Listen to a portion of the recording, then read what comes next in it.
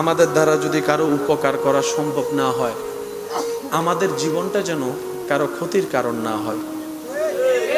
অন্যের মুখে হাসি ফুটাইতে যদি আপনি আমি ব্যর্থ হই, কারো চেহারায় কারো চোখে যেন আপনার আমার জীবনটা অন্যায়ভাবে চোখের পানির কারণ না হয়। মনে রাখবেন, রব্বুল আলামিন নিজের হক মাফ করতে রাজি, কিন্তু রব কখনো বান্দার হক মাফ করে না। বান্দা যতক্ষণ মাফ না করবে, রব্বুল আলামিনও কখনো তাকে মাফ করবে না। অনেক জান্নাতে যাওয়ার মতো ইবাদতে যোগ্য ব্যক্তিও হাসরের ময়দানে ধরা খেয়ে যাবে জিহ্বার কারণে, হাতের কারণে। তাই তো নবী রাহমাতুল্লিল আলামিন বলেছে, আল মুসলিমু মান সালিমাল মুসলিমুনা মিন লিসানিহি ওয়া ইয়াদিহি। ও আমার ইমানদার ভাইয়েরা, একটু চেষ্টা করলে কঠিনটাও সম্ভব। কারণ বান্দা যখন চেষ্টা করে নিজেকে পরিবর্তন করার জন্য, তখন সেই বান্দার জীবন চলাকে সহজ করে দেন স্বয়ং রব্বুল আলামিন নিজেই। সুবহানাল্লাহ। জীবনে চলার পথে দেখবেন অনেক মানুষ এমন আছে, মানুষের কটু কথা শুনে অনেক কিছু চাইলে বলতে পারে, কিন্তু সামনের জন কি মনে করে না করে, কষ্ট পায় না না পায়, এই চিন্তা করে লজ্জায় হজম করে ফেলে, কঠিন কথা বলে। কারণ লজ্জাটা মানুষের অলংকার, আদব মানুষের অলংকার। কথা বলেন ঠিক কিনা?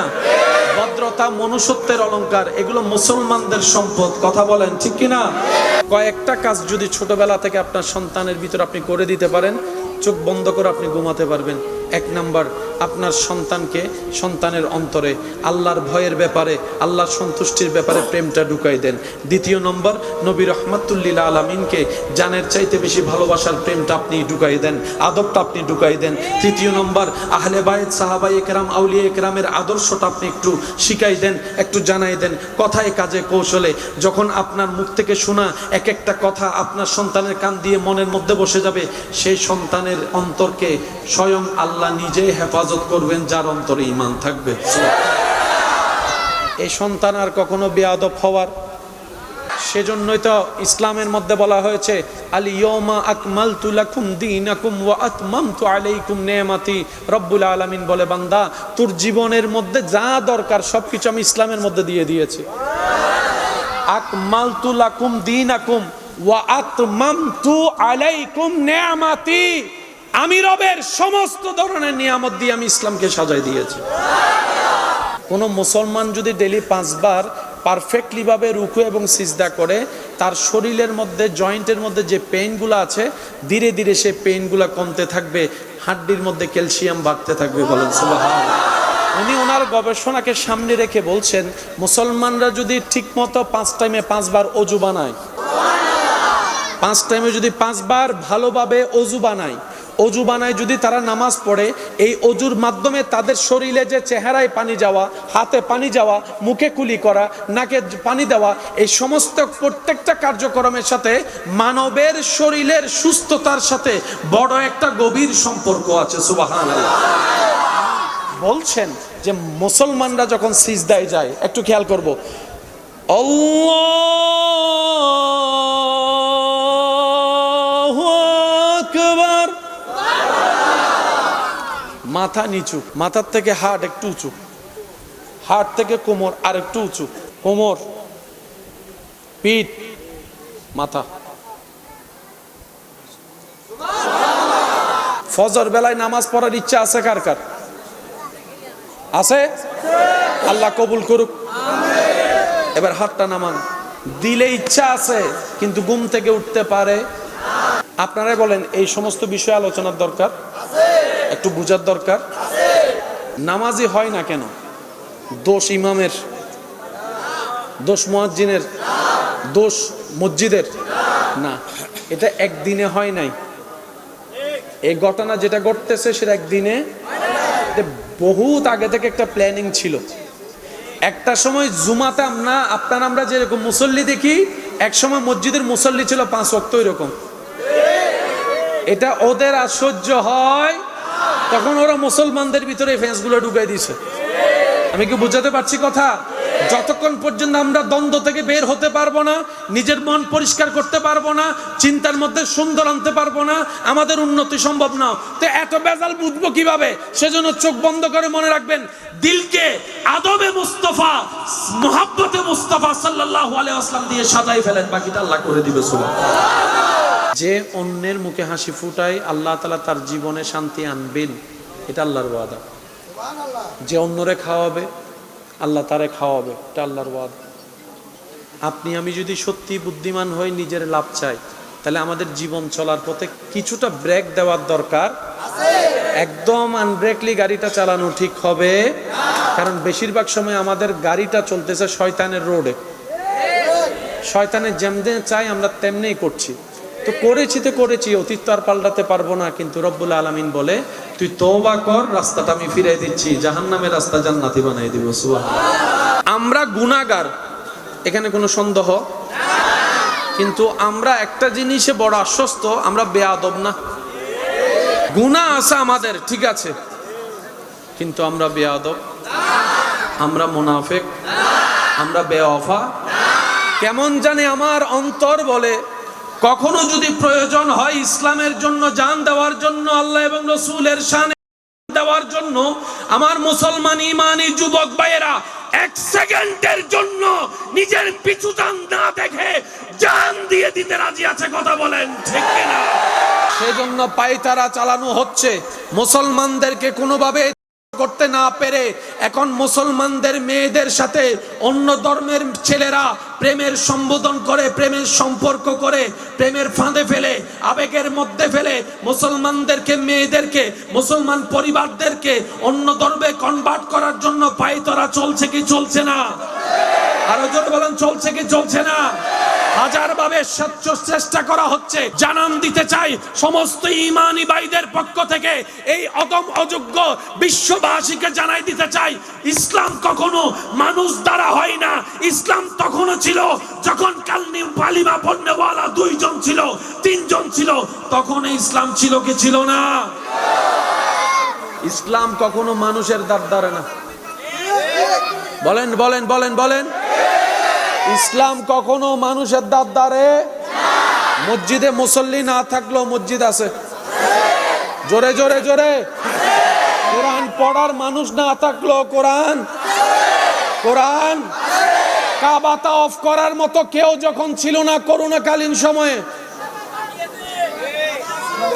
কাবার শান অনুযায়ী ছিল, কারণ পৃথিবীর একটা নিজাম সিস্টেম হচ্ছে, আমাকে রক্ষা করতে আপনাকে লাগবে, আপনার সেফটির জন্য আমাকে লাগবে। কিন্তু রব্বুল আলামিন ইসলামকে ইন্নাদ-দীনা ইনদাল্লাহিল ইসলাম বলে, ইসলামের সমস্ত কিছু নিজের হেফাজতে নিয়ে নিয়েছেন। সুবহানাল্লাহ। অনেকে কোরআনের কিছু হয়, বলেন না হয়? অনেকে কোরআনের পৃষ্ঠা ছিঁড়ে, নাউজুবিল্লাহ। কোরআনের কিছু হয়, বলেন না কোরআনের কিছু হয়? তো ওনাদেরকে জানাইতে চাই, ভাইয়েরা, কোরআনের সাথে যদি মন চায়, কিতাবে করো, এলমে করো, ছিঁড়ে তো আর করা যায় না। এটা তো বিতুদের কাজ, মুনাফিকের কাজ। কথা বলেন ঠিক কিনা? কারো জন্য এই দুনিয়ার জীবন শেষ, মুসলমানদের জন্য পরকালের জীবন মাত্র শুরু। বলেন বলেন বলেন, কারো জন্য এই দুনিয়ার পরে আর কিচ্ছু, কিন্তু মুসলমানের জন্য জান্নাত আছে। বলেন না, আওয়াজ দিয়ে বলেন না। পুরস্কার আছে না নাই? নিয়ামত আছে না নাই? রহমত আছে না নাই? ইজ্জত আছে না নাই? মুসলমানদের জন্য আছে। আমানতু বিল্লাহি ওয়া মালাইকাতিহি ওয়া কুতুবিহি ওয়া রাসূলিহি ওয়াল ইয়াউমিল আখির। গর্জন দিয়ে বলতে হবে সুবহানাল্লাহ। আমার ভাইয়েরা, সম্মানিত উপস্থিতি, কিছু বিষয় আপনাদের একটু নজরদারি রাখার দরকার। বলেন না, আছে না? আপনি কি চান না আপনার পরিবার ভালো থাকুক? আপনি কি চান না আপনার ভাই বোন ছেলে মেয়েরা ঈমানের উপর থাকুক? সেজন্য আমার আওয়াজ যেখানে যাচ্ছে, আমার ভাই বোন যদি আওয়াজ শুনে থাকেন, একটু মনোযোগ সহকারে শুনবেন এবং জীবনে চালাকি করে চলবেন, একটু বুদ্ধি করে চলবেন, কারণ দিন দিন ফ্রড বেড়ে যাচ্ছে। বিভিন্ন উপায়ে মুসলমানদেরকে ইসলাম থেকে সরানোর জন্য বিভিন্ন পায়তারা চালানো হচ্ছে, কথা বলেন ঠিক কিনা? এই পায়তারার, হাজার পায়তারার একটা পায়তারার নাম হচ্ছে শর্ট প্যান্ট। কি প্যান্ট? জোরে বলেন, কি প্যান্ট? Short pant. আগে শর্ট প্যান্ট পরতো ছোট বাচ্চারা, ছোট ছোট বাচ্চারা পরতো শর্ট প্যান্ট। এখন বুড়া বুড়াও পরে, বলেন না, বুড়া বুড়াও পরে। আমার ভাই বলতে পারে শর্ট প্যান্ট পরলে সমস্যা কি? আমি বলবো ভাই, হাঁটু বলে সতর বলে একটা শব্দ আছে। এখন আপনাকে যখন হাঁটুর উপর কাপড় পরার একটা অভ্যাস করাই ফেলছে, আপনার লজ্জা ভেঙে যাচ্ছে, আপনার শরম ভেঙে যাচ্ছে, চোখ লজ্জা ভেঙে যাচ্ছে। আর আপনি তো বুঝার দরকার, আল হায়া ও শুবাতু মিনাল ঈমান, লজ্জার সাথে ঈমানের একটা বড় সম্পর্ক আছে।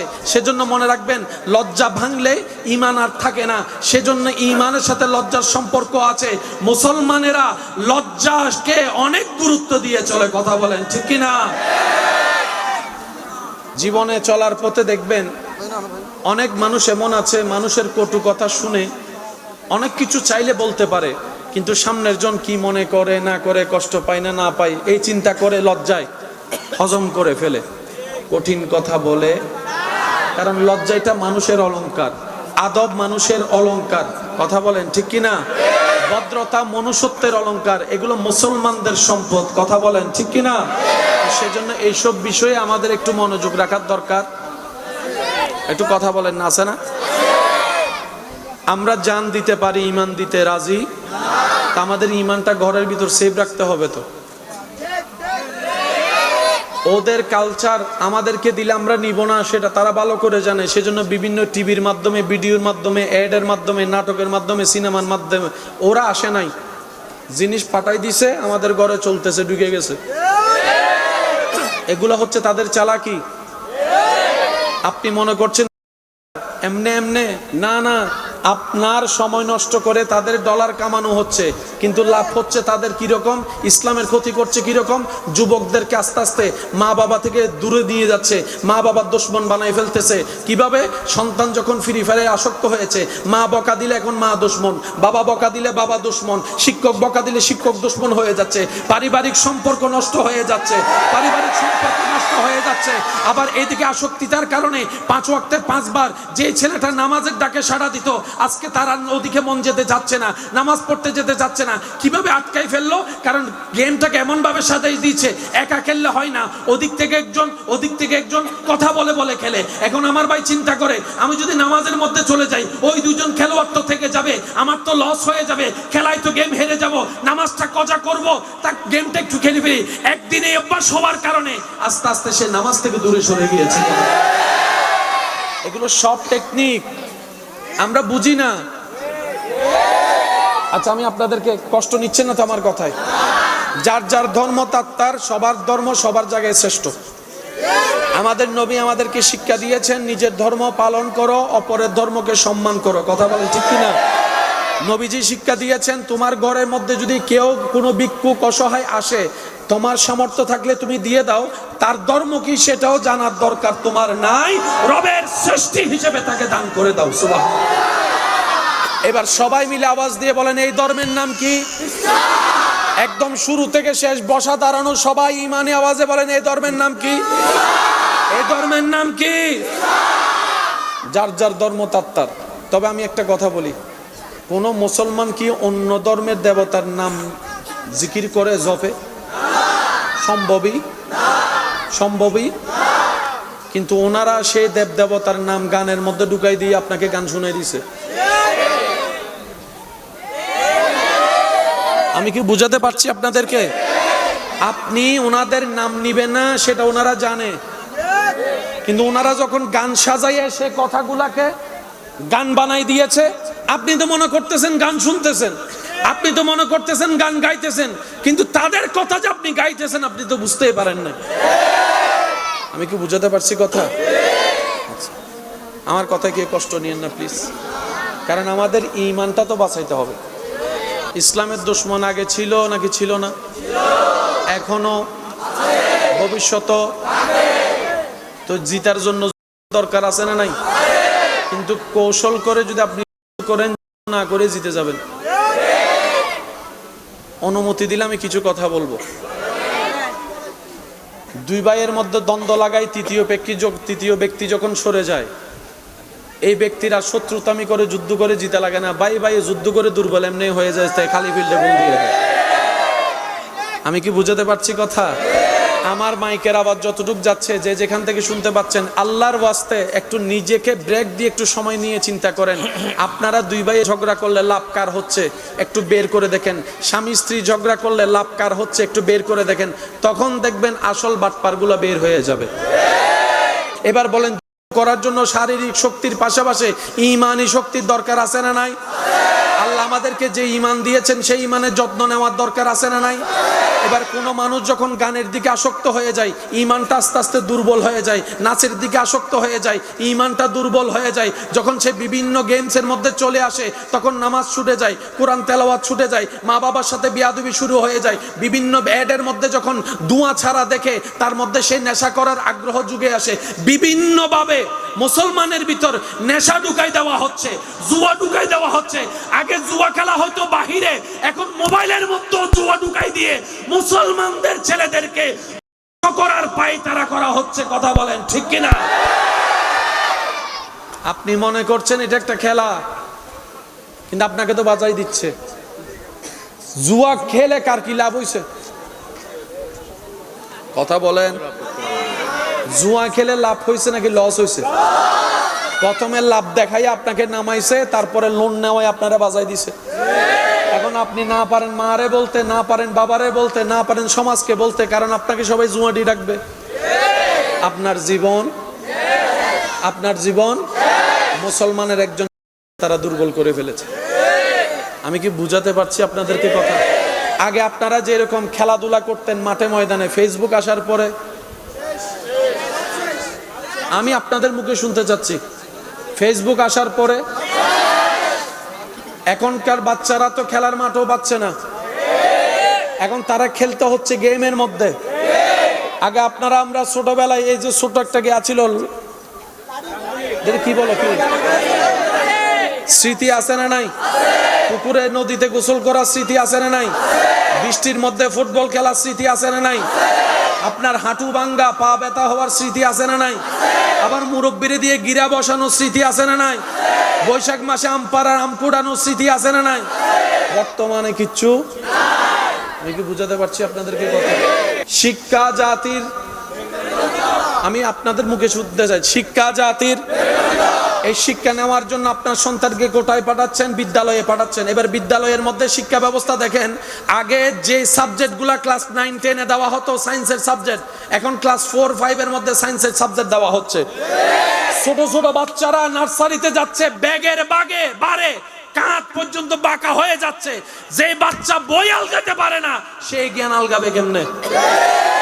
আস্তে আস্তে ব্রেন দুর্বল বানায় ফেলতেছে। এবার বলেন, মুসলমানের সন্তান হিসেবে কোরআন শিক্ষার দরকার আছে না নাই? কোরআন শিক্ষা করার জন্য মক্তবের দরকার আছে না নাই? মক্তব কি দুপুরের বেলা হয় নাকি বিকেলের বেলা হয় নাকি সন্ধ্যা বেলা হয় নাকি ফজরের বেলা হয়? এখন ফজরের এই মক্তব থেকে আপনাকে সরাবে কিভাবে? মক্তব শিখলে তো কোরআন শিখে যাবেন, কোরআন শিখলে তো ইমানি পাওয়ার চলে আসবে।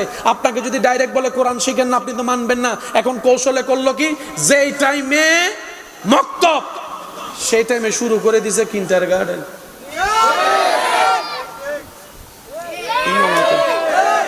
আরো জোরে জোরে জোরে জোরে জোরে। কিন্ডারগার্টেন শুরু করে দিয়েছে সকাল 6টা-7টায়। এখন মা বাবারা চিন্তা করে, ছেলেরে মেয়েরে যদি মক্তবে পাঠায়, তার তো ঘুমের দরকার। এখন কি মক্তবে যাবে না কিন্ডারগার্টেনে যাবে? আমাদের মা বাবারাও বোকার মতো কিন্ডারগার্টেনকে খুব গুরুত্ব দিয়ে দিল, কোরআন শিক্ষাটা আর হয় নাই। আমি শ্রদ্ধার সাথে কাবদার করে কথা বলি, আপন আপন জায়গায় গবেষণা করে দেখবেন, মা বাবার চাইতে বড় নিয়ামত আর কিছু হতে পারে? এই পৃথিবীর বুকে, বাংলার জমিনে যত মা বাবা বৃদ্ধাশ্রমে আছে, তাদের ছেলে মেয়ে কি করে একটু লিস্টি করে দেখেন। এই আল্লাহর কসম, একজনই ইমাম আপনি খুঁজে পাবেন না, মুয়াজ্জিন খুঁজে পাবেন না।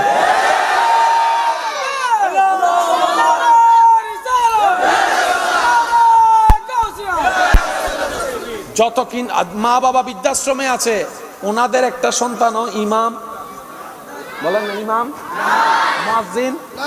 যাদের মা বাবা আছে ওনারা কারা? বড় বড় সার্টিফিকেট ওয়ালা শিক্ষিতরা, সব কিছুর দাম বুঝছে, শুধু মা বাবার দাম বুঝে নাই। আর আপনার এলাকার মুয়াজ্জিন যাকে আপনি সম্মাননা দিচ্ছেন 5-7 হাজার টাকা, যেটা বর্তমানে চলা অসম্ভব, ওনার ঘরের মধ্যে যাইয়া দেখবেন মা, আমি শুনি নাই, মা বুড়া বাবা চলতে পারে না, তারপরে মা বাবা নিয়ে আছে। মুয়াজ্জিন ভাই, আপনি তো চলতে পারেন না, এই অল্প খেদমতে আপনি চলছেন কিভাবে? মা বাবাকে একটু অন্য জায়গায় রেখে আসেন, কোন একটা সরকারি কোয়ার্টারে। বলে যে সব ছাড়তে পারি, আমার জান্নাতকে আমি ছাড়তে পারবো না, আমার জান্নাতকে ছাড়তে পারবো না। এত কষ্ট হলো, আমার মা আমার জন্য কষ্ট করছে না, আজকে আমার কষ্ট করার পালা। আমার বাবা কি আমার জন্য ঘাম জড়া নেই, আজকে আমার ঘাম জড়ানোর পালা। আমার বাবা নিজে একটা গেঞ্জি পরে সারা বছর কাটিয়ে দিয়েছে, কিন্তু আমি সন্তানকে ঈদ আসলে যেভাবে হোক নতুন কাপড়ের আপনাকে দেখাইতো আমার বাবা। সেই বাবাকে আমি কখনো ফেলতে পারবো না, সেই মাকে কখনো ফেলতে পারবো না, সেই মাকে কখনো ফেলতে পারবো না। এবার শ্রদ্ধার সাথে প্রশ্ন রাখলাম, ও মুয়াজ্জিন ভাই, এই চিন্তা, এই ধারণা, এই ভালোবাসা আপনার ভিতরে আসলো কিভাবে? বলে যে যখন থেকে শুনেছি আমার নবী রাহমাতুল লিল আলামিনের হাদিস, নবীজি বলে তোমার জান্নাত তোমার মায়ের পায়ের নিচে, আর সেই জান্নাতের দরজা তোমার বাবা। আমি জেনে শুনে আমার জান্নাত হারাতে রাজি। আমি কি বুঝাতে পারছি আপনাদেরকে কথা? ইদানিং কালে যেগুলো ছেলে মেয়ে আছে দেখবেন মা বাবার সাথে বেয়াদবি করে, আছে, একটুখানি বললেই সেটটা গিয়ে যায়, আছে না? আছে না? ডাইনে হইলে, বস্তু হইলে, তুই তৈল নুমিশিস, আছে না? তো ছেলে মেয়েকে কন্ট্রোল করবেন কিভাবে? রশি দিয়ে তো বেঁধে রেখে সারা জীবন পার করতে পারবেন না। সেজন্য আমি মা বাবাকে শ্রদ্ধার সাথে বলবো, কয়েকটা কাজ যদি ছোটবেলা থেকে আপনার সন্তানের ভিতর আপনি করে দিতে পারেন, চোখ বন্ধ করে আপনি ঘুমাতে পারবেন। 1 নাম্বার, আপনার সন্তানকে সন্তানের অন্তরে আল্লাহর ভয়ের ব্যাপারে, আল্লাহর সন্তুষ্টির ব্যাপারে প্রেমটা ঢুকাই দেন। 2 নম্বর, নবী রাহমাতুল লিল আলামিনকে জানের চাইতে বেশি ভালোবাসার প্রেমটা আপনি ঢুকাই দেন, আদবটা আপনি ঢুকাই দেন। 3 নম্বর, আহলে বায়ত, সাহাবায়ে কেরাম, আউলিয়া কেরামের আদর্শটা আপনি একটু শিখাই দেন, একটু জানাই দেন, কথায় কাজে কৌশলে। যখন আপনার মুখ থেকে শোনা এক একটা কথা আপনার সন্তানের কান দিয়ে মনের মধ্যে বসে যাবে, সেই সন্তানের অন্তরকে স্বয়ং আল্লাহ নিজে হেফাজত করবেন, যার অন্তরে ঈমান থাকবে। এই সন্তান আর কখনো বেয়াদব হওয়ার, সেজন্যই তো ইসলামের মধ্যে বলা হয়েছে, আল ইয়াউমা আকমালতু লাকুম দীনাকুম ওয়া আতমামতু আলাইকুম নিয়ামতি। রব্বুল আলামিন বলে, বান্দা তোর জীবনের মধ্যে যা দরকার সবকিছু আমি ইসলামের মধ্যে দিয়ে দিয়েছি। আকমালতু লাকুম দীনাকুম ওয়া আতমামতু আলাইকুম নিয়ামতি। আমি রবের সমস্ত ধরনের নিয়ামত দিয়ে আমি ইসলামকে সাজাই দিয়েছি। এবার আওয়াজ দিয়ে বলেন, ইসলামে সবকিছু আছে না নাই? যে শপিং মলে সব আছে, অন্যদিকে যাওয়ার, বলেন না, অন্যদিকে যাওয়ার। সেজন্য অনেকে কিছু কিছু এমন দোকান খুঁজে যে দোকানে ঢুকলে আর অন্য দোকানে যাওয়া লাগে না। ইন ওনারা কি হনাই তো হইন্য পারে, বড় ইনেরই সবেরই বড় বড় সব, যেখানে গেলে সব আছে, নাফাতুন শুরু করি হানকুট্টই নি পর্যন্ত, মাথা না বাজি আছে না? তা আমার ভাই বোনেরা চিন্তা করে 10 জায়গায় গিয়ে সময় নষ্ট করে লাভ কি? একটা দোকানে ঢুকি, সব কিনে চলে আসবো, সময়টা বেঁচে যাবে। ইসলাম হচ্ছে সেই রকম একটা জায়গা যেখানে আপনার জীবনে যা দরকার সব আছে। আর একটু জোরে বলতে হবে। এবার সত্যি করে নিজের দোষ স্বীকার করে বলেন, আমরা কি ইসলামকে মানার মতো মানতে পেরেছি? আওয়াজ এখনো শুনিনি। ইসলামকে আমরা মানার মতো মানতে পেরেছি? ইসলামকে ধারণ করার মতো, লালন করার মতো কি করতে জেনেছি? আওয়াজটা দিয়ে বলেন, দুষ্টা কাদের, ব্যর্থতা কাদের? আল্লাহ সব দিয়েছেন। এবার আসেন, যদি আপনাদের বুঝার আগ্রহ থাকে আমি একটু চেষ্টা করি বলার জন্য, অনুমতি আছে ইনশাল্লাহ? শরীরের রোগ হলে কোথায়? বলেন বলেন। আপনি বিল্ডিং বানাবেন, যাবেন কোথায়? ইঞ্জিনিয়ারের কাছে। বানানোর জন্য কাজে আনবেন মিস্ত্রিকে। একটু জোরে বলেন। চোখের সমস্যা হলে চোখের ডাক্তার, মুখের সমস্যা হলে মুখের ডাক্তার, দাঁতের সমস্যা হলে দাঁতের ডাক্তার, পেটের সমস্যা হলে পেটের ডাক্তার, হার্টের সমস্যা হলে হার্টের ডাক্তার। কিন্তু ইসলাম হচ্ছে অল ইন ওয়ান। ইসলাম হচ্ছে অল ইন ওয়ান। কেমন? আপনি দুনিয়াতে আছেন না নাই? কবরে যাবেন কি যাবেন না? হাসর উঠবেন কি উঠবেন না? জান্নাতে যাওয়ার ইচ্ছা আছে না নাই? এই আপনার দুনিয়া থেকে শুরু করে জান্নাত পর্যন্ত সব কিছুর সমাধান ইসলাম। সেজন্য ইসলামকে বলা হয় কোড অফ লাইফ। মানব জাতির সব সমস্যার সমাধান ইসলামে দেওয়া আছে। বলেন সুবহানাল্লাহ। আর একটু জোরে বলেন না সুবহানাল্লাহ। ইসলামে নাই বলতে, এবার বলেন ইসলামে আমাদেরকে পারে কষ্ট না হয় আওয়াজটা বড় করে দিবেন। ইসলাম আমাদেরকে কয় ওয়াক্ত নামাজ পড়তে বলেছে? প্রথম ওয়াক্ত, দ্বিতীয় ওয়াক্ত, তারপরে তারপরে তারপরে সবচাইতে কম ফজর, সবচাইতে বেশি রাকাত বলেন বলেন, সবচাইতে কম, সবচাইতে বেশি। এই নামাজের মধ্যে যে স্টাইলগুলো আপনাকে আমাকে পালন করতে হয়, ইমানদার ভাইয়েরা ইমানি আওয়াজ দিয়ে বলেন, এই ইবাদতের সিস্টেমের ভিতরে সওয়াবের সাথে সাথে শারীরিক ব্যায়াম উপকারিতা আছে না না? যারা ব্যায়াম করে তাদেরকে দেখবেন ওই ইবের কি হতে ফুসাব না কি গো হতে বেরে হাত হ্যাঁ কি আছে? নামাজও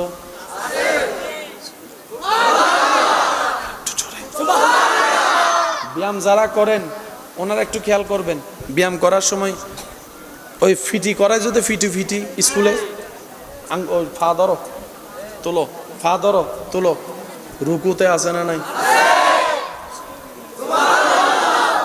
আমি শুধু আপনাদের কাছে ডাক্তারদের একটা পরামর্শ আপনাদের সমীপে পেশ করার চেষ্টা করবো, একটু মনোযোগ দিয়ে শ্রবণ করবেন।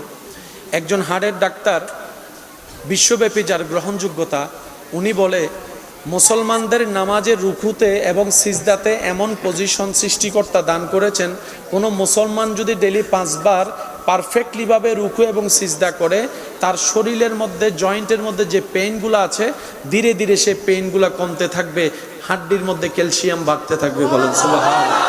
উনি ওনার গবেষণাকে সামনে রেখে বলছেন, মুসলমানরা যদি ঠিকমতো 5 টাইমে 5 বার অজু বানায়, 5 টাইমে যদি 5 বার ভালোভাবে অজু বানায় যদি তারা নামাজ পড়ে, এই অজুর মাধ্যমে তাদের শরীরে যে চেহারায় পানি যাওয়া, হাতে পানি যাওয়া, মুখে কুলি করা, নাকে পানি দেওয়া, এই সমস্ত প্রত্যেকটা কার্যক্রমের সাথে মানবের শরীরের সুস্থতার সাথে বড় একটা গভীর সম্পর্ক আছে। সুবহানাল্লাহ। বলছেন যে মুসলমানরা যখন সিজদায় যায়, একটু খেয়াল করব,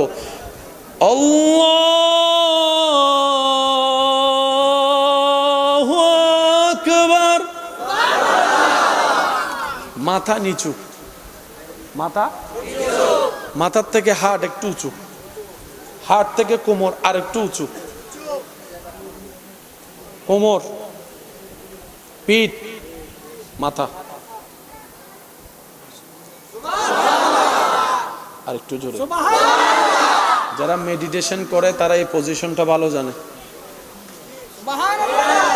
যারা মেডিটেশনের জ্ঞান রাখে তারা এই পজিশনটা ভালো জানে। পাটা এমন করে যখন তোনারা সিজদার মতো পজিশনে যায়, বিজ্ঞানীরা গবেষণা করে দেখে হার্ট যখন উপরের দিকে চলে যায়, ব্রেন যখন নিচের দিকে চলে যায়, তখন হার্ট থেকে রক্ত সঞ্চালন ব্রেনের মধ্যে এমনভাবে হয় যেটা ব্রেনের জন্য সবচাইতে বড় উপকারী। সেজন্য দেখা যায় টেনশনে 1000 ওষুধ খেলেও কাজ হয় না, কিন্তু বান্দা যখন রবের দরবারে সিজদায় চলে যায় টেনশন কমতে থাকে, টেনশন কমতে থাকে। সুবহানাল্লাহ। টেনশন হালকা হতে থাকে। এমনও তো অনেক সৌভাগ্যবান প্রেমিক বান্দারা আছেন যারা সিজদায় গেলে সিজদা থেকে আর মাথা তুলতে চায় না। রবের কাছে এমন অনেক বান্দা আছে ফরিয়াদ করে, আল্লাহ গো, মরণ তো একদিন আছে, কোনো না কোনো অবস্থায় তো মরণ হবে, আল্লাহ তোমার দরবারে ফরিয়াদ, আমার মৃত্যুটা এমন অবস্থায় দিও, আমার কপালটা তোমার দরবারে সিজদায় থাকবে, আমার জানটা বের হয়ে যাবে। এমনও আশেক আছে না নাই? জোরে বলেন আছে না নাই? আর একটু জোরে বলেন আছে না নাই? নামাজের মধ্যে উপকার রুকুর মধ্যে উপকার, সিজদার মধ্যে উপকার। তবে উপকার পাওয়ার জন্য কিছু সিস্টেম মানতে হবে কি হবে না? 5G গতিতে নামাজ পড়া যাবে না। নামাজের ফায়দা পাওয়ার ইচ্ছা যদি থাকে 5G গতিতে নামাজ পড়া যাবে। নামাজ পড়তে হবে খুব আদবের সাথে, ভদ্রতার সাথে, খুব স্লোলি। এবার বলেন, রুকুতে তাসবিহ আমরা সর্বনিম্ন কয়বার পড়ি? এই 3 বারটাকে আমরা যদি 6 বারের মতো করে পড়ি, 3 বারটাকে যদি আপনি আমি স্লোলি 6 বারের মতো পড়ি, তাহলে কাজ আসবে। কথাগুলো একটু মনোযোগ দিয়ে শুনতে হবে, কারণ এগুলো আমাদের জীবনের দরকার। আমরা যখনই রুকু করব, সিজদা করব, তাসবিহ তাড়াতাড়ি পড়ব, আদব দিয়ে, ভদ্রতা দিয়ে, প্রেম দিয়ে পড়ব। প্রত্যেকটা তাসবিহর মাঝখানে একটু গ্যাপ রাখবো। তাহলে যত গ্যাপ যাবে আমাদের তাসবিহটা পড়া হবে আদবের সাথে। এদিকে আপনার আমার এই কোমর বাঁকা হওয়ার কারণে, কোমরটা কিভাবে বাঁকা করতে হবে একটু শুনুন। মাথা এবং পিঠ এমন ভাবে বাঁকা করতে হবে, উপরে যদি একটা গ্লাস রাখে, গ্লাস পড়া যাবে, গ্লাস পড়া যাবে, তাহলে আপনার রুকু পারফেক্ট। সুবহানাল্লাহ বলি হলে আমাকে একটু আওয়াজ দিবেন। অনেক সময় রুকু করতে গেলে এই জায়গায় একটা টান, ব্যথা, ভালো করে রুকু করতে গেলে এখানে একটা ব্যথা। এই ব্যথা থেকে বাঁচার জন্য আমরা অনেক সময় হাঁটুটাকে একটু এরকম করে ফেলে যাতে ব্যথাটা না লাগে। এই ব্যথাটাই নিয়ামক। সুবহানাল্লাহ। এই ব্যথাটা কি? আপনি যখন হাঁটুর ব্যথাটা অনুভব করবেন, বুঝতে পারবেন আপনার কোমরটা মোটামুটি সোজা হয়েছে। শুধু মাথার কোমরটা যতটুকু পারেন একটু সোজা রাখার চেষ্টা করবেন। যখন দাঁড়াতে কষ্ট হবে, হাঁটুতে কষ্ট হবে, কোমরে ব্যথা হবে, মনে করবেন ওষুধের কাজ শুরু হয়ে গিয়েছে। নামাজের মধ্যে কি শুধু পরকালের সওয়াব নাকি দুনিয়ার কল্যাণও আছে? আমাদের ইসলামে আল্লাহ এমন ভাবে সাজাই দিয়েছেন, ফিদ দুনিয়া হাসানাতাও ওয়া ফিল আখিরাতি হাসানা। চিৎকার দিয়ে বলেন সুবহানাল্লাহ। ভাইয়া বাদ দেন, আর কিছু করার নেই। এবার বলেন, ইসলামে রোজা আছে না নাই? বছরে কয় মাস? বছরে রোজা কয় মাস? এবার বলেন, বছর 12 মাসে হয়। বছর কয় মাসে হয়? 12 মাসের মধ্যে আল্লাহ বলে যে 11 মাস খা, 11 মাস খাও।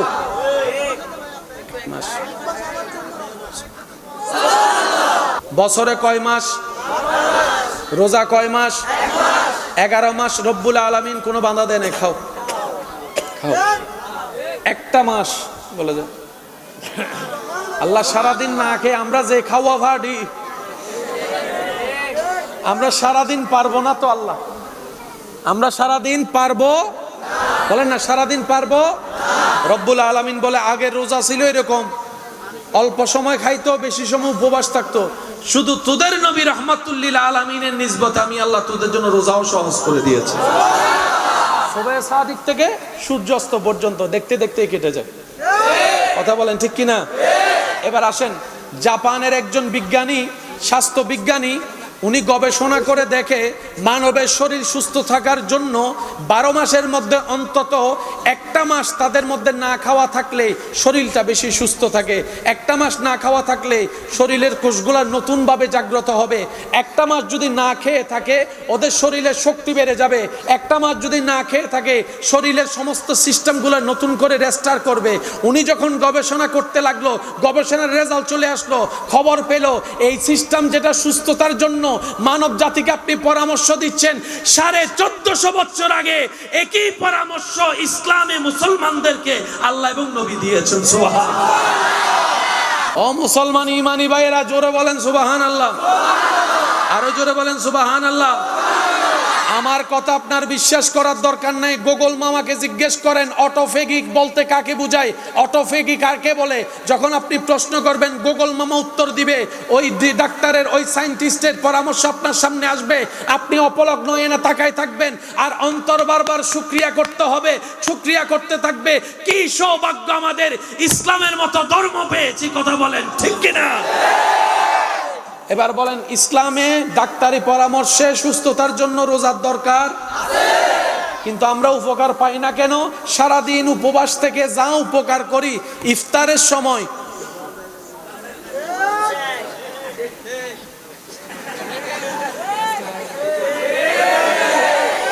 আমি কি বুঝাতে পারতেছি? এবার বলেন, পেটের ভিতরে কিছু পোকা আছে না নাই? এখন আপনি যখন রমজানের মধ্যে রোজা রেখে যখন আপনি খাবার খান না, তখন ওই পোকাগুলোর ক্ষুধা লাগে। তখন কি করে, ওই আপনি যে 11 মাস খেয়েছেন সারা শরীরের ভিতর কিছু আবর্জনা ময়লা আছে, ওই পোকাগুলো খাইতে থাকে খাইতে থাকে খাইতে থাকে খাইতে থাকে, আপনার ডাস্টবিন পরিষ্কার করে ফেলে।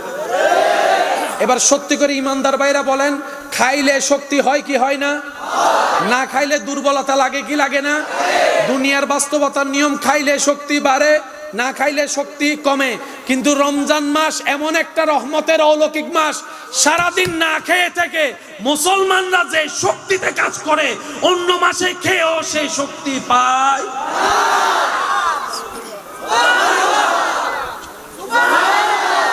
মানুষ না খাওয়া পছন্দ করে নাকি খাওয়া?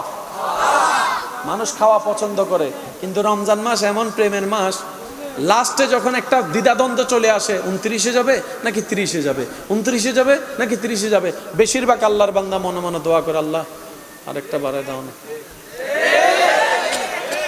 আমি শুনি না, আরো জোরে বলেন, আল্লাহ তারাবি আরেকটা, আল্লাহ আরেকটা রোজা আগামী বছর পাই না মা পাই আল্লাহ জানি না, আল্লাহ আরেকটা বাড়ায় দাও, আল্লাহ আরেকটা বাড়ায় দাও।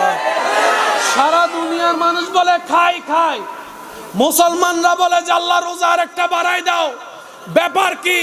আরে জগৎবাসী, মুসলমানদেরকে কখনো ব্রেন দ্বারা কভার করতে পারবে না। মুসলমানদের আসল হাকিকত বুঝতে গেলে সুন্দর একটা দিলের দরকার, পরিষ্কার একটা অন্তরের দরকার। আল্লাহু আকবার।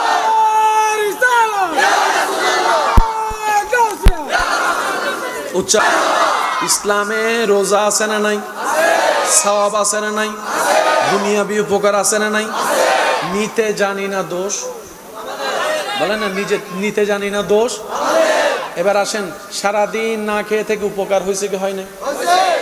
ইফতারের সময় বাইনি, আলু চপ, পেঁয়াজ, হনা সোনাবুট, তারপরে কি আরো কি, জিলাপি, মরিচে, মুড়ি, শরবত 3 গ্লাস শরবত, তা আর হয় কখন, আর হয় কেন হনা, ও ফল ফুলও দি আছে না, ও হালিম, তো বাদ পড়ে গিয়ে হালিম আছে না?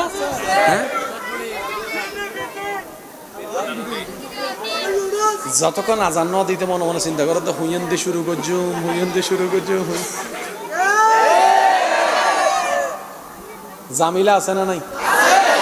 এবার খাবার যা করছো বানানো হচ্ছে বেশিরভাগ কি ভালো তেল নাকি খারাপ তেল? কারণ আমরা বেশিরভাগ ঘরের খাবার চাইতে বাহিরের খাওয়া বেশি পছন্দ করি। ঘরে আমার মা বোনেরা কষ্ট করে ভালো জিনিস বানাই, ইন বালা না লাগে, সোয়াদ না লাগে, ওই মরা কুরইবে ওদের চল চিকেন খাই আয়। আমি কি বুঝাইতে পারতেছি? দিনুর পুরানা তেল দিবা বাইজি, কথা বলেন না। এমনও তো হইতে পারে একটু ফুঁচে গেছিল, মশলা দিয়ে ওনারা চলাই দি, আছে না নাই? অবা যায় মাঝে মধ্যে হই দি,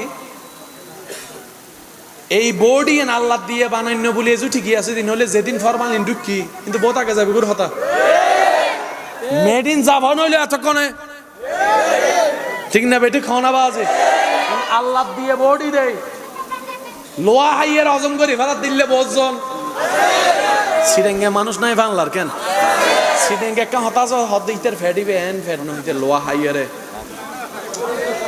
ডাইলেক্ট দে গুড তুলন সরা হাই ফেলাত দে ইলে কিছু মানুষ আছে না, আত্মীয় স্বজন তো আছে, তো জায়গা হাই ফেলাত দে না, বৈঠক নদের দে আছে না, ডাইরেক্ট এন ভাবে হাত দে ডুগুর উদ্দনলের ওদের ডুগুর লইলে মানুষ খবর পাই। আল্লাহ আমাদের সবাইকে একটু বুঝার তৌফিক দান করুন। তাহলে কিছুদিন পরে আমাদের কাছে রমজান আসতেছে, আর বেশি দিন নেই, আর বেশি দিন, ফেব্রুয়ারিতেই রমজান, বলেন ফেব্রুয়ারিতেই। এখন থেকে মনে রাখবেন, সেহরি এবং ইফতার যদি আমরা ইসলাম মোতাবেক করতে পারি,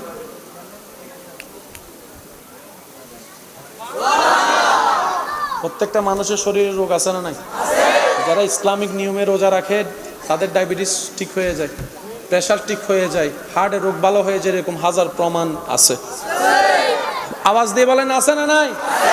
আল্লাহ শুধু আমাদেরকে রোজা দেয় নাই, শরীরের চিকিৎসার ব্যবস্থা করে দিয়েছেন এই রোজার ভিতরে। বলেন সুবহানাল্লাহ, আরো জোরে বলেন সুবহানাল্লাহ। আমরা সেহরি খাবো,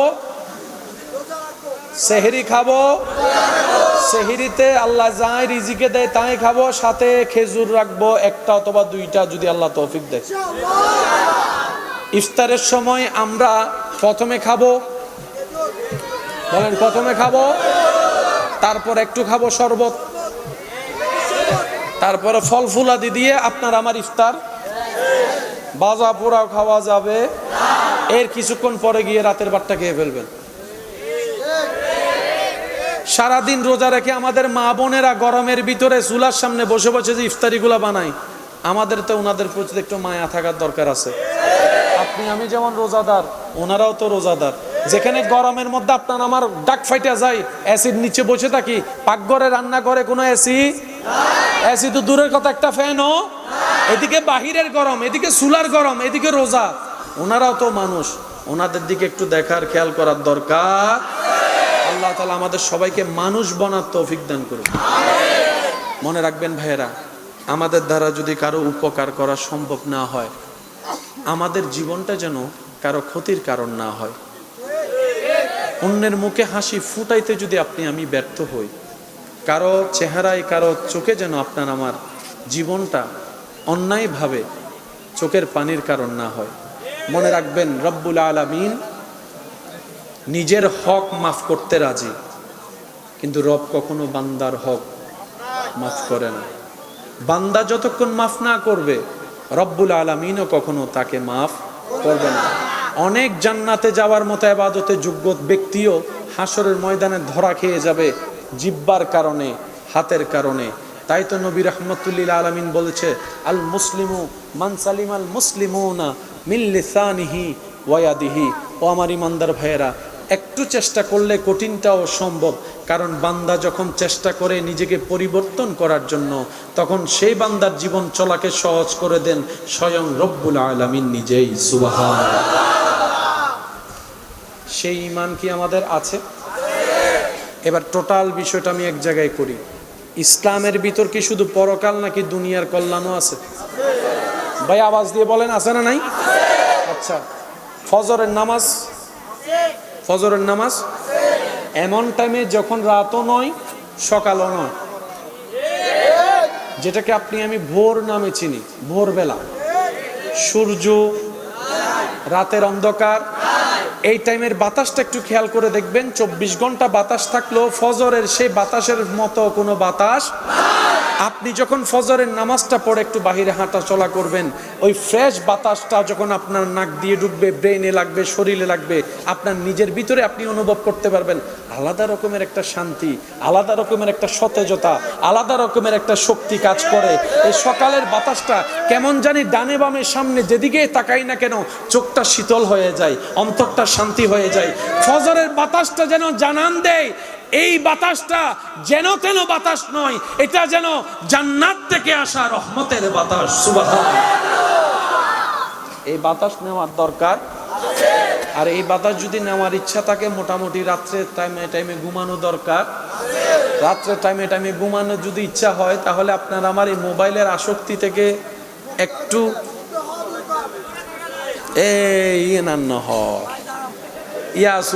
এখানে জোরে জোরে করে হয় না, মোবাইলের একটু আসক্তি থেকে একটু দূরে আসার দরকার। আমি প্রায় সময় একটা কথা বলি আমার ভাইদেরকে, মোবাইল আপনি কিনেছেন, আপনি না মোবাইল চালাবেন। মোবাইলে যদি আপনারে চালায়, কষ্ট নিবেন না, আমার কথা একটু বোঝার চেষ্টা করেন। গেম আপনি খেলতেছেন, যতক্ষণ মন চায় তখন খেলবেন, যখন মন চাইবে না রেখে দিবেন, কথাইটা। কিন্তু আপনাকে মা ডাকতেছে, আপনি বললেন আসতেছি, তাহলে কি আপনি গেম খেলতেছেন নাকি গেমে আপনারা খেলতেছেন? তো গেমে আপনারা খেললে তো হবে না, মালিক আপনি। ও যুবক, মালিক তো তুমি ভাইয়া। তুমি যেমনে মন চাই তেমনে না করবা। মোবাইল কেন তোমারে চালাবে, গেম কেন তোমারে চালাবে? তুমি ভাইয়া হয়তো বুঝতে পারো নাই, তুমি নেশায় পড়ে গিয়েছো। তো পড়েছো কি হয়েছে? তওবার রাস্তা তো খোলা আছে, ফিরে আসার রাস্তা তো খোলা আছে। যতক্ষণ নিঃশ্বাস আছে ততক্ষণ ফিরে আসার সুযোগ আছে না নাই? চলে আসো না ভাইয়া, চলে আসো। 3টা তালাক দিয়ে দাও গেমকে। দেখি তুমি 3টা তালাক যদি গেমকে দাও, গেমের কি ক্ষমতা আছে তোমার ক্ষতি করার? কিচ্ছু করার তো ক্ষমতা নাই। হয়তো তোমার একটু মানসিক কষ্ট হবে, মনের কষ্ট হবে। তবে আমি অনুরোধ করব, এক লাফে তো আর গাছে উঠা যায় না। একটু চেষ্টা করো। আজকে 2 মিনিট কমাও, কালকে 3 মিনিট কমাও, পরশুদিন 5 মিনিট কমাও। কমাতে যখন তুমি চেষ্টা করবা ভাইয়া, তখন দেখবা যে আল্লাহ পাক রব্বুল আলামিন তোমাকে দয়া করে সাহায্য করে সহযোগিতা করেছে। ফজর বেলায় নামাজ পড়ার ইচ্ছা আছে কার কার? আছে? আল্লাহ কবুল করুক। এবার হাতটা নামান। দিলে ইচ্ছা আছে কিন্তু ঘুম থেকে উঠতে পারে। আপনারাই বলেন, এই সমস্ত বিষয় আলোচনার দরকার, একটু বুঝার দরকার। নামাজি হয় না কেন? দোষ ইমামের, দোষ মুয়াজ্জিনের, দোষ মসজিদের না। এটা একদিনে হয় নাই। এই ঘটনা যেটা ঘটতেছে সেটা একদিনে, বহুত আগে থেকে একটা প্ল্যানিং ছিল। একটা সময় জুমাতে আমরা যেরকম মুসল্লি দেখি, এক সময় মসজিদের মুসল্লি ছিল 5 ওয়াক্ত এরকম। এটা ওদের আশ্চর্য হয়, তখন ওরা মুসলমানদের ভিতরে ফেন্সগুলো ঢুকাই দিছে। আমি কি বুঝাতে পারছি কথা? যতক্ষণ পর্যন্ত আমরা দ্বন্দ্ব থেকে বের হতে পারবো না, নিজের মন পরিষ্কার করতে পারবো না, চিন্তার মধ্যে সুন্দর আনতে পারবো না, আমাদের উন্নতি সম্ভব না। তো এত বেজাল বুঝবো কিভাবে? সেজন্য চোখ বন্ধ করে মনে রাখবেন, দিলকে আদবে মুস্তাফা, মুহাব্বতে মুস্তাফা সাল্লাল্লাহু আলাইহি ওয়াসাল্লাম দিয়ে সাজাই ফেলেন, বাকিটা আল্লাহ করে দিবে। সুবহানাল্লাহ। মনে থাকবে ইনশাআল্লাহ। ফজর বেলায় নামাজ পড়ার ইচ্ছা আছে, উঠতে পারে না এমন মানুষ এখানে? অ্যালার্ম দিয়ে উঠতে পারে না? আছে? এবার বলেন, ফুটবল খেলা যে মাঝের মধ্যে রাতে 3টা বাজে 4টা বাজে হয়, অ্যালার্ম দিয়ে উঠতে পারা যায় কি যায় না? ফুটবলের জন্য যদি উঠতে পারেন, নামাজের জন্য পারেন না কেন? বুঝার দরকার। সকালবেলা যদি আপনার ট্রেন থাকে, বাস থাকে, কোথাও বেড়াতে যাবার ট্রেন, তখন কি উঠবেন না? তখন তো মিস যায় না। কিরে, ফুটবল মিস যায় না, ক্রিকেট মিস যায় না, বিমান মিস যায় না, ট্রেন মিস যায় না, শুধু নামাজটাই মিস যায়। বিমানের জন্য যেতে হয়, ট্রেনের জন্য ঘর থেকে বের হতে হয়। 6টায় ট্রেন হলে আমি 4টায় উঠে চলে যাচ্ছি, কিন্তু এটা মিস হয় না। নামাজটা কেন মিস হয়? এবার একটু খেয়াল করেন, বান্দা যখন নামাজে যায়, তখন সে নামাজে যায় না, রবের রহমতের দরবারের দিকে যায়। সুবহানাল্লাহ। বান্দা যখন নামাজে দাঁড়ায়, তখন সে নিজের রবের সামনে গিয়ে দাঁড়ায়। বান্দা যখন সিজদা দেয়, কপালটা জমিনে দেয় না, রব্বুল আলামিনের কুদরতি দরবারে গিয়ে দেয়। বান্দা যখন আলহামদুলিল্লাহি রব্বিল আলামিন পড়ে, তখন সেই বান্দার সে তেলাওয়াতের উত্তরে রব্বুল আলামিন হামিদানি আব্দি বলে উত্তর দিয়ে কথা বলেন। সুবহানাল্লাহ। বান্দা যখন রুকুতে গিয়ে সুবহানা রব্বিয়াল আযীম পড়ে, তখন তার জীবনের গুনাহগুলা তার পিঠের উপর বোঝা হয়ে যায়। যখন সে সামি আল্লাহ লিমান হামিদা বলে উঠে, সেই গুনাহগুলা ঝরে পড়ে যায়। সেই গুনাহ ঝরে পড়ে গেলে আপনি পবিত্র হয়ে যাচ্ছেন, নেককার হয়ে যাচ্ছেন। নামাজে দাঁড়ালে আপনার সওয়াব বাড়তেছে, নামাজে দাঁড়ালে আপনার গুনাহ কমতেছে। পেট তো কামড়াবে শয়তানের, সেজন্য শয়তান সবকিছু শুনাইলো, ফজরের আজানটা শুনতে দেয় না। শয়তান সবকিছু শুনতে দিল, ফজরের নামাজের জন্য উঠা অ্যালার্মটা সে শুনতে দেয় না। একটু খেয়াল করে দেখবেন, সারা রাত যদি আপনার ঘুম নাও আসে, আজান শোনার সাথে সাথে কেমন জানি শরীরটা একদম ছেড়ে দেয়, শক্তি পাওয়া যায় না, ক্লান্ত হয়ে যায়। এগুলো সবগুলো চালাকি হচ্ছে শয়তানের। সেজন্য রব্বুল আলামিন শয়তানের পরিচয় করিয়ে দিয়েছেন, হে আমার বান্দারা, আদুউম মুবিন, শয়তান প্রকাশ্য শত্রু। এই কথা মাথায় রাখবা, এই কথা তুমি জেনে রাখবা। তো মুমিনদের কাজ কি? মুমিনদের কাজ হচ্ছে শয়তান বান্দাদেরকে রব থেকে টেনে জাহান্নামের দিকে নিয়ে যাবে, আর মুমিন বান্দারা শয়তানের মুখে রবের রহমতের দিকে যাবে। সুবহানাল্লাহ। আর এইকে বলা হয়েছে জিহাদে আকবর। আমার মনে হয় সুবহানাল্লাহ আর একটু জোরে হবে, আর একটু মহাব্বতের আওয়াজে। বান্দা যখন শয়তানের মুখে মারে, আল্লাহর রহমতের দিকে যায়, এটাকে বলা হয় বড় জিহাদ। বড় জিহাদ, বড় জিহাদ। আপনার গুনাহ করার সুযোগ আছে, মনও চাচ্ছে, হাতও আছে, পাও আছে, মুখও আছে, চোখও আছে, আপনি নিজেকে একটু সবর করে কন্ট্রোল করে ফেলেছেন, এটাও বড় জিহাদ। সুবহানাল্লাহ শুনলে ভালো লাগবে। আরেকটু বড় করে, আপনার গালি দেওয়ার ক্ষমতা সামর্থ্য মুখে আছে, মনের মধ্যে গালি খুব সুন্দর করে আসতেছে, কিন্তু আপনি রবের সন্তুষ্টির জন্য হজম করে ফেললেন, গালি দিলেন না, এটাও বড় সবর, এটাও বড় জিহাদের অংশ। আপনার মন চাচ্ছে বোনের জায়গা ভাইয়ের জায়গা না দিতে, কিন্তু আপনি রবের সন্তুষ্টির জন্য কোনো কথা প্রশ্ন দাড়ি কমা না চিন্তা করে যার জায়গা পায় তাকে জায়গা দিয়ে দিলেন, যে টাকা পায় টাকা দিয়ে দিলেন, কারোর সাথে সম্পর্ক একটু নষ্ট হয়েছে সুন্দর করে মিলাই নেওয়ার চেষ্টা করেছেন, এটাও একটা বড় জিহাদের অংশ। সুবহানাল্লাহ। সেজন্য মনে রাখবেন, রবের দিকে আগানো মানে নিজের কল্যাণ করা, রবের সন্তুষ্টি হাসিল করা মানে মূলত নিজেরই কল্যাণ করা। মনে রাখবেন, শয়তান এমন বাটপার যে আপনাকে লাগাই দিয়ে সে সরে যাবে। শয়তান আপনার আমার গুনার দায়ভার কখনো নিবে, সাজা তো নিবেই না, দায়ভারও নিবে না। আপনি আমি যদি যাই আল্লাহকে বলি, আল্লাহ ফজরের নামাজ আমাকে শয়তানে পড়তে দেয় নাই, শয়তান আমাকে এমন এমন করেছে, আমি ঘুমাই গিয়েছি, শয়তান বলবে যে আল্লাহ তারে বানাইছো তুমি, সে আমার কথা কেন শুনলো, আগে তারে জিজ্ঞেস করো। তারে খাওয়াও তুমি, সে আমার কথা কেন আগাইলো? দোষ আমার নাই, দোষ তার মনের, দোষ তার চিন্তার, আমার কোনো দোষ নাই, আমি তো তার শত্রু, তুমি আগে থেকে জানাই দিছিল। তো শত্রু যদি আমও দেয়, মানুষ সন্দেহ করে খায় না, কারণ আমের ভিতর বিষ থাকতে পারে। শত্রুর দেওয়া জিনিস কেউ নেয় না, আল্লাহ সে তো জানে আমি শয়তান শত্রু, তাহলে আমার দেওয়া জিনিস নিল কেন আগে, সেজন্য তারে ভিটাও। আমি কি বুঝাতে পারছি কথা? তো যারা আপনারা আমরা শয়তানের ফাঁদে পা দিচ্ছি, ও আমাদেরকে আটকাই দিয়ে, অদুন বন্ধু আছে সাইও হাইয়ারে বিল্লান নদী জাগি নাই ভানলা ইতে আগে ডাহিয়ারে বেগুরু লই দোস্ত আজি আই টিরিট আই দিন দে টিরিট আয় বেগুনো ডাহি হানাজারতে শেষ বিল দিবের টাইম এসি হতাচ্ছে তোরা বয় কেন আয় আয়ের হই দে গেই হন আবাজি আর আছে না, আর আছে না ইল্লে বন্ধু তনতুন। আপনাদের এই পাগলামিগুলা দেখে আমার নিজের কষ্ট হচ্ছে, আপনাদের কেউ দাঁড়াইতে কষ্ট হচ্ছে, কেউ বসতে কষ্ট হচ্ছে। আল্লাহর কাছে একজন মেহমান হিসেবে আমি ফরিয়াদ করছি, আল্লাহ এই পাগলদের পাগলামিকে তুমি ঈমানি জজবা দিয়ে কবুল করো। আল্লাহ এই পাগলদের সবার হৃদয়ে তুমি ঈমানের আলো দিয়ে ভরপুর করে দাও। আল্লাহ এই পাগল যারা আছেন সবাইকে আল্লাহ তুমি মরণ পর্যন্ত কারো সামনে যেন বেইজ্জত না হয় সে ব্যবস্থা রেখিও, কারণ ইজ্জতের চাইতে বড় সম্পদ আর কিছু। আমি আশা করব সবাই মিলে মন খুলে একবার দরুদ শরীফ পড়েন, আল্লাহুম্মা সাল্লি আলা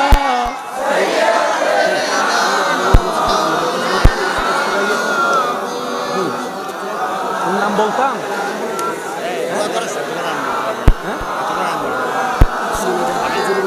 আল্লাহুম্মা নামগুলো আমি বলতাম কেন কেন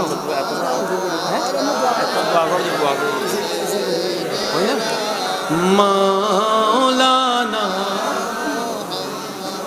কবরে হাসরে কি হবে, আমি বলবো আস্তে আস্তে আপনারা বলবেন জোরে জোরে, কবরে হাসরে কি হবে, মুসিবতে না পাই যদি, মুসিবতে করুণা তোমার, কবরে কি হবে, আছি গো ডুবে আমি পাপেরি, না জানি কি হবে ও পারে, তোমারি সুপারিশ বিনে, তোমারি সুপারিশ বিনে কেমনে হব পার, কবরে হাসরে কি হবে। উচ্চ আওয়াজ একবার বলেন মারহাবা। আমাকে যারা ভালোবাসেন, নিজের মনের সৌন্দর্যতার কারণে নিজের অন্তরে জায়গা দিয়েছেন, সে সমস্ত ভাইদেরকে আমি আবদার করে কিছু কথা বলার অধিকার আছে না নাই? বলেন আছে না নাই? দেখেন, আপনি আমি যতই ঝগড়া করি, যতই যাই কিছু করি না কেন, আমরা জানি আমাদের মতো পাপী, আমাদের মতো খারাপ, আমাদের মতো অযোগ্য পৃথিবীতে আমার মতো তো নাই। আমি জানি, আপনারটা আপনি জানেন ভালো। আমাদের মতো পাপী, আমাদের মতো অপরাধী, সত্যি করে একটা কথা বলেন, আল্লাহর বিন্দু পরিমাণ রহমত পাওয়ার কোন যোগ্যতা, কোয়ালিটি আমাদের মধ্যে। কিন্তু আপনি দেখেন চতুর্দিকে আল্লাহর নিয়ামত রহমত আপনাকে ঘেরাও ধরে আছে। আপনি যে চোখে দেখছেন আল্লাহর রহমত, আল্লাহর নিয়ামত। এই যে কথা বলতে পারা, কথাটা শোনা, রবের দেওয়া নিয়ামত। আর একটু জোরে বলেন। হাতে ধরতে পারা, পায়ের চলা, সবকিছু যে বুঝা দেখা, সবই রবের নিয়ামত। না চাইতে রব্বুল আলামিন আমাদেরকে নিয়ামত দিয়ে ভরপুর করে দিয়েছেন। এটা কি আমরা যোগ্যতা গুণে পেয়েছি নাকি আল্লাহ দয়া করেছেন? আর সেই আল্লাহ খুশি হয় বান্দা যখন নিয়ামত পেয়ে শুকরিয়া করে। নিয়ামত পেয়ে যখন বান্দা শুকরিয়া করে, খুশি হন কে? সেজন্য আমরা যদি জীবনের সাথী হিসেবে শুকরিয়ার সাথে বন্ধুত্ব রাখতে পারি, ইস্তেগফারের সাথে বন্ধুত্ব রাখতে পারি, দরুদ শরীফের সাথে বন্ধুত্ব রাখতে পারি, নিজের চোখ এবং জবানকে, মনকে হেফাজত করার চেষ্টা করতে পারি, আমাদের কঠিন রাস্তাও সহজ করে যিনি করে দিবেন, আওয়াজ দিয়ে বলুন তিনি কে? আরেকটু জোরে বলেন তিনি কে? আল্লাহর দয়া আমাদের সবার উপর আছে না নাই? জোরে বলেন আছে না নাই? আল্লাহর দয়া পাওয়ার হাজার মাধ্যমের একটা মাধ্যমের নাম হলো নামাজ। কি বলেন? কি? মসজিদের মিনার থেকে যখন আওয়াজ বেশি আসবে আমাদের কাছে,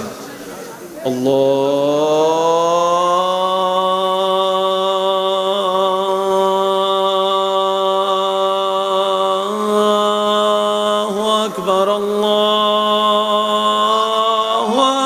আকবার।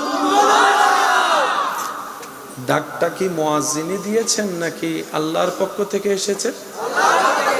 যিনি আমাদের সৃষ্টিকর্তা, ওনার পক্ষ থেকে এসেছে। এবার কি কাজ বড় নাকি আল্লাহর ডাকে সাড়া দেওয়া বড়? ইমানদারদের জন্য এটাই বড়। মনে রাখবেন, যে দুনিয়াতে রবের ডাকে সাড়া দিবে, রব্বুল আলামিনও তার ডাকে সাড়া দিবে। আর একটু জোরে বলেন। হাজারো ব্যস্ততার ভিতর যে রবের দরবারে সিজদা দিবে নামাজের, রব্বুল আলামিন হাসরের ময়দানে হাজার কঠিন পরিস্থিতির মধ্যেও তাকে সেখান থেকে টেনে কঠিন রোদের নিচ থেকে সরিয়ে আরশের জায়গায় ছায়ায় বসিয়ে দিবেন।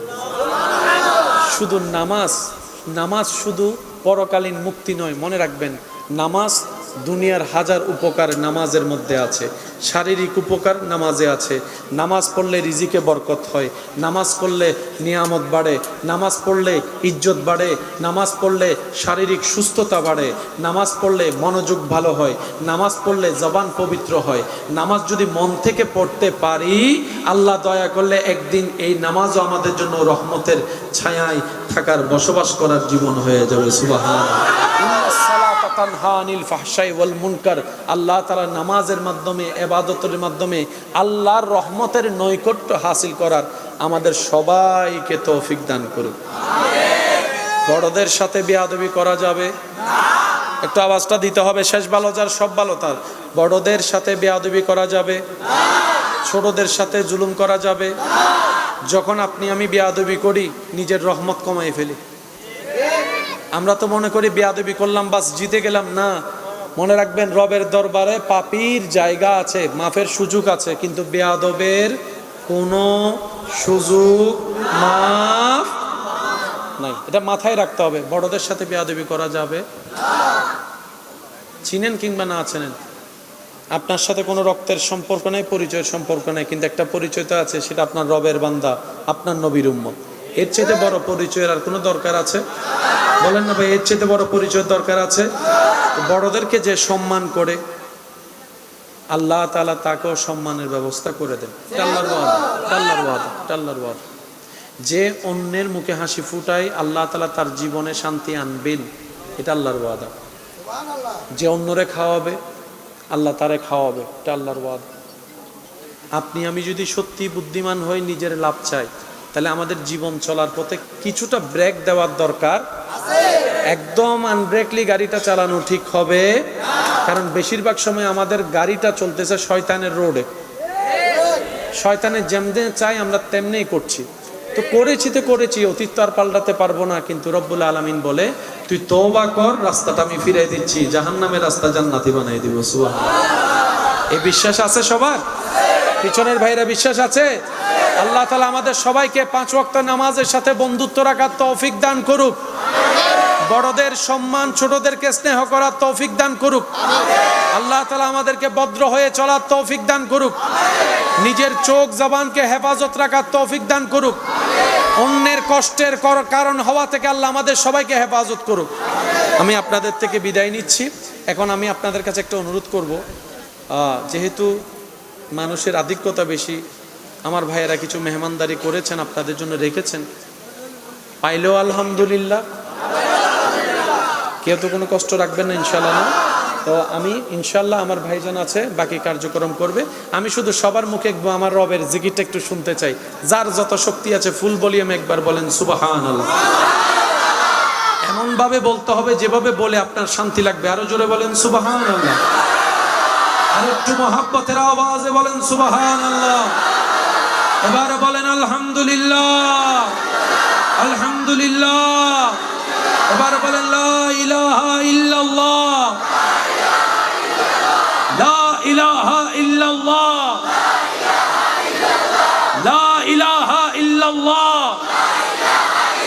এবার সবাই 2 হাত তুলে গর্জন দিয়ে বলেন আল্লাহু আকবার, আল্লাহু আকবার, আল্লাহু আকবার, লা ইলাহা ইল্লাল্লাহ,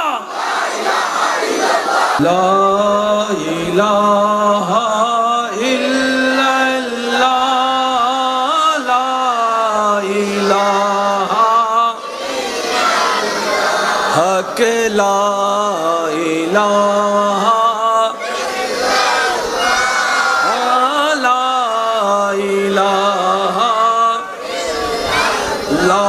पढ़िए ला इलाहा इलाहा इल्लल्लाह के ला इलाहा इलाहा इल्लल्लाह ला इलाहा।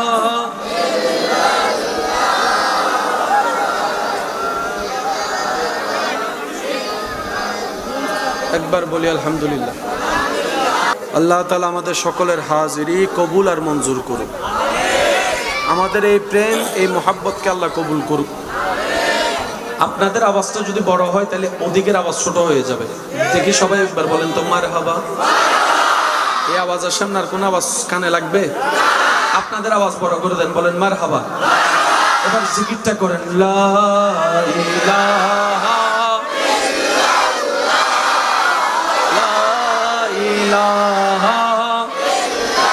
ला पढ़िए ला इलाहा ला इलाहा। उच्च आवाज एक बार बोलें मरहबा।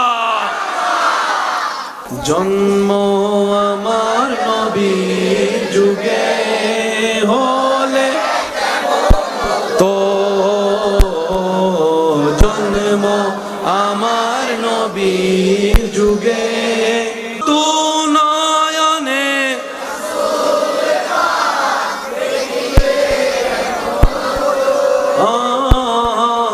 जन्म आमार नबीर जुगे। उच्च आवाज एक बार बोली मरहबा। तो भालो लागे आमार नूर नबीर नाम সালাম আরো ভালো লে আলা সাইয়্যিদিনা মুহাম্মাদিন আল্লাহুম্মা সাইয়্যিদিনা। গর্জন দিয়ে একবার বলেন মারহাবা। আল্লাহু আল্লাহু আল্লাহু আল্লাহু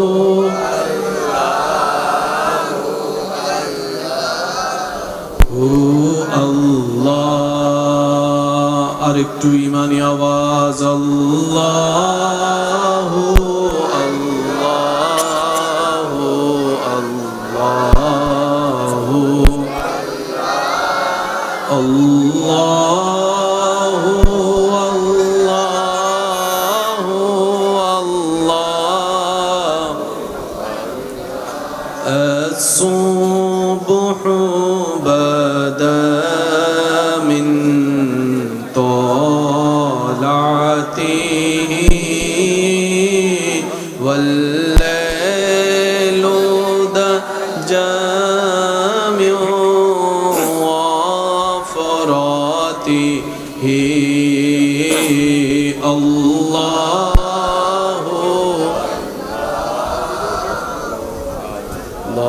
الله الله الله الله। গোলাপ নীলম গাদা নীলম নীলম রজনী গন্ধা মনের সুখে মালা গাঁথিলাম সকাল থেকে সন্ধ্যা। একেবারে দেখা দাও যদি ও গো কামলিওয়ালা, একেবারে দেখা ও গো কামলিওয়ালা। হাসি মুখে পড়াবো তোমায় হাজার ফুলের মালা, বলি সবাই ইয়া রাসূলুল্লাহ ইয়া। মাশাআল্লাহ একটু জোরে ইয়া রাসূলুল্লাহ। হলুদ ফুলকে প্রশ্ন করি রংটি কোথায় পেলে, হলুদ ফুলকে প্রশ্ন করি রংটি কোথায় পেলে,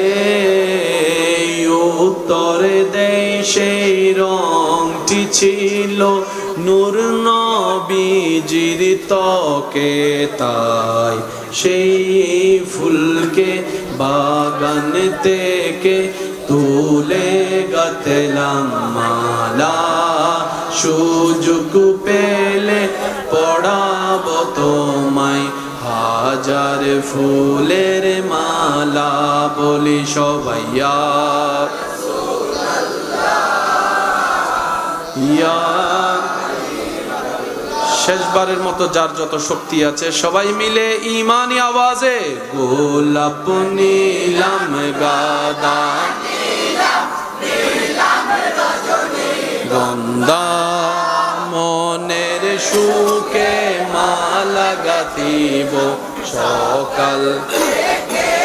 একেবারে দেখা দাও যদি ও গো কামলিওয়ালা, একেবারে ও গো কামলিওয়ালা। হাসি মুখে পড়াবো তোমায় হাজার ফুলের মালা, বলি সবাই ইয়া রাসূলুল্লাহ ইয়া ইয়া রাসূল। রাসূলাল্লাহ ইয়া হাবিবাল্লাহ। অধ্যকার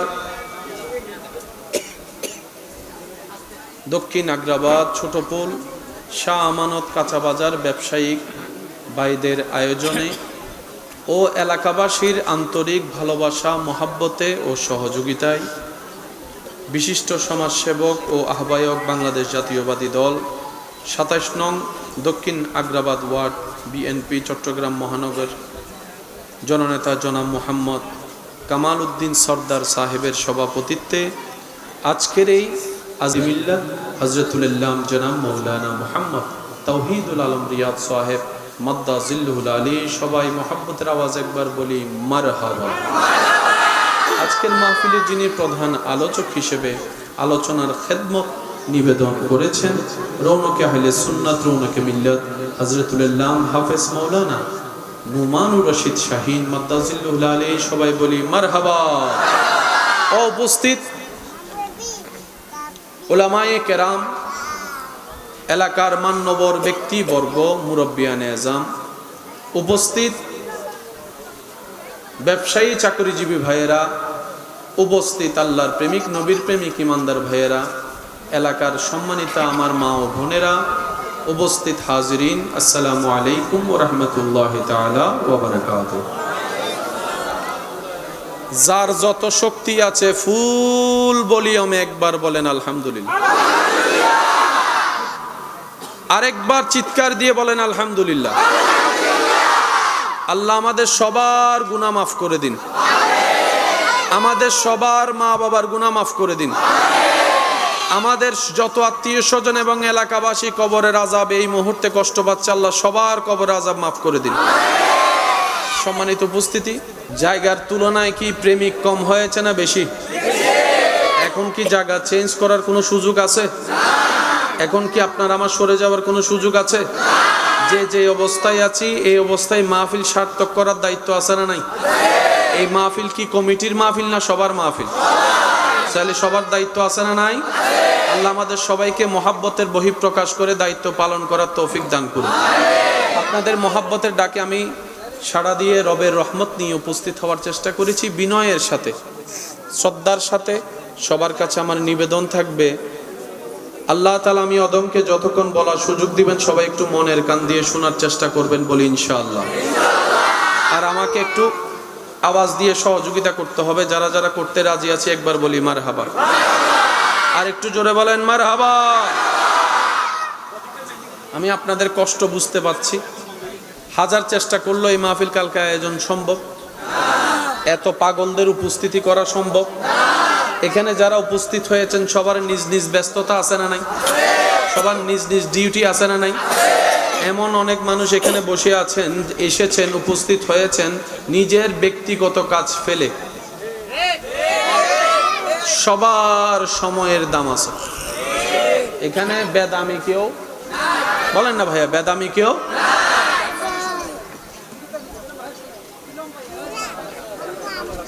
ভাইয়া ভাইয়া প্লিজ প্লিজ আপনারা আমাকে একটু সহযোগিতা করতে হবে, না আমি পারবো না তো ভাইয়া। জি, সবাই একবার মোহাব্বতের আওয়াজে বলি মারহাবা। তাহলে সবার সময়ের দাম, কেউ ফাওয়ে ব্যস্ত এমন না, সবারই একটা গুরুত্বপূর্ণ টাইম আছে।